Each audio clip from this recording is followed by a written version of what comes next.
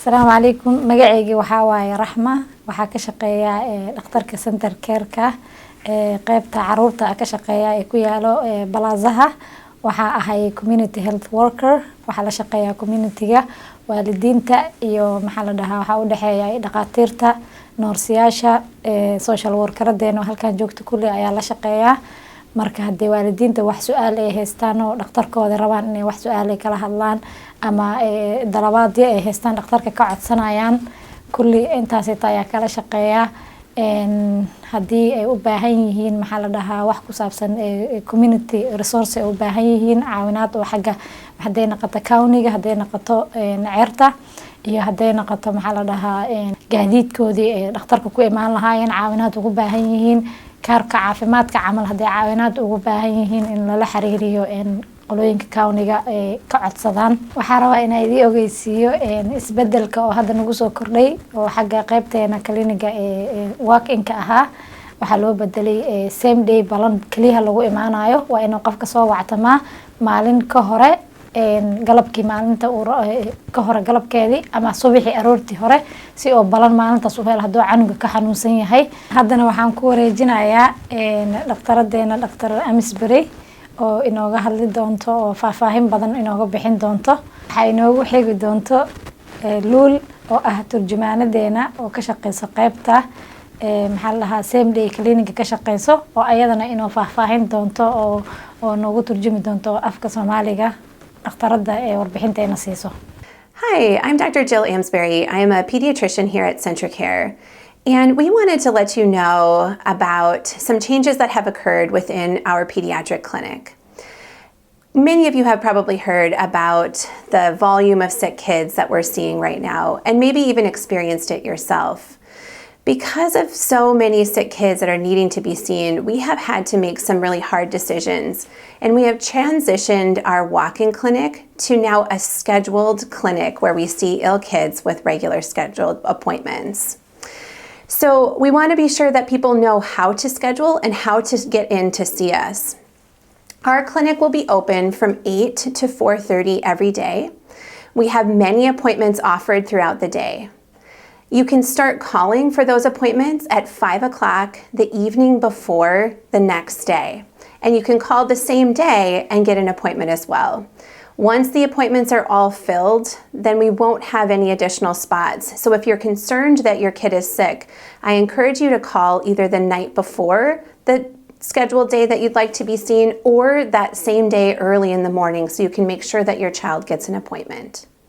In order to get an appointment, you can call our CentraCare call center at 320-200-3200. Assalamu alaikum warahmatullahi wabarakatuh. Magacayga waxa weeyaan Luul Xirsi. Waxaan turjubaan ka ahay clinic-ga qaybta women and children ee ilmaha ah. Same day clinic-ga meesha bila balanta lagu sameeyo maalin kasta. awal bila balan bay ahayd hadda laakiin balan baa loo bedelay sababteedana waxay tahay xanuunadii baa batay ciyaaladii baa nagu batay dhakhtarintina ma wada arki karaan ilmihii marka sababta loo bedelay waxa weeye in dadka la arko balan caadi loogu sameeyo oo intaas qofan maalintii arki karayno intaasna waan bedelnay intaan ogeeyna haddaan dii sheegayna hadaad ilmihiina rabtaan in la arko balan maalinta kasii horeysa soo wacda numberkana waa landiisoo dhigi maxaa la yiraahdaa balan u sameeya ilmaha meeshayna markay buuxsantona waxaan u dirnaa ciyaalka ama waalidka agent care-ka inay ilmahooda geystaan telefoonka aad kala soo xiriiri kartaan aad balamaha ilmaha uga sameyn kartaan waxa weeye 32 eber 2 eber eber 32 eber eber haddana waan ku celin doonaa 32 eber Lava ever ever, sedih lava ever ever. The location for this same-day clinic is at the same location as our previous walk-in clinic, which is here at the CentraCare Plaza. You can find us through that same entrance, the Prairie West entrance on the north side of the building. Waxaan rabnaa inaan dii sheegno clinic-ga wuxuu ku yaala 1900 CentraCare Plaza labada albaabad ka soo gali kartaan waxaa la yiraahdaa Prairie East iyo Prairie West. Qaybta dambe aad imaanaysaan.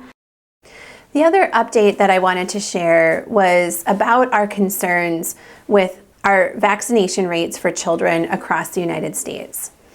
As I've already said, we're seeing so many sick kids right now and are having a hard time even seeing this volume of kids because there are so many who are sick.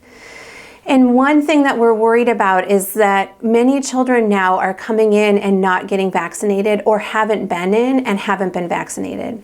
So our vaccination rates against other diseases like measles, pneumonia, meningitis, and chickenpox are starting to decrease rapidly. When that happens, we begin to worry that we're going to start seeing some of these preventable diseases coming back into our communities. And it doesn't need to happen. We have vaccines to help protect us from these diseases. If we start to see these diseases on top of the sicknesses that we're already seeing, we will be very challenged to be able to see everybody who needs to be seen. So we are asking that if you haven't had your vaccines, that you come in, you talk to your provider, and you get vaccinated. I know that there's a lot of information out there. People are talking about vaccinations, especially over the last few years with COVID vaccination being at the forefront of our minds. But I encourage you to be careful about the information that you're hearing out in the community.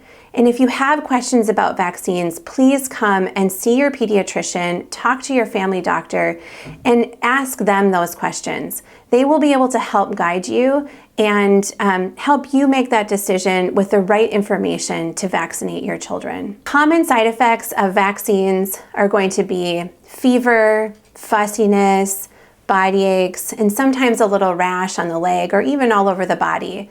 These are things that we expect to happen after your children have been vaccinated. They usually last about 2 to 3 days and then go away.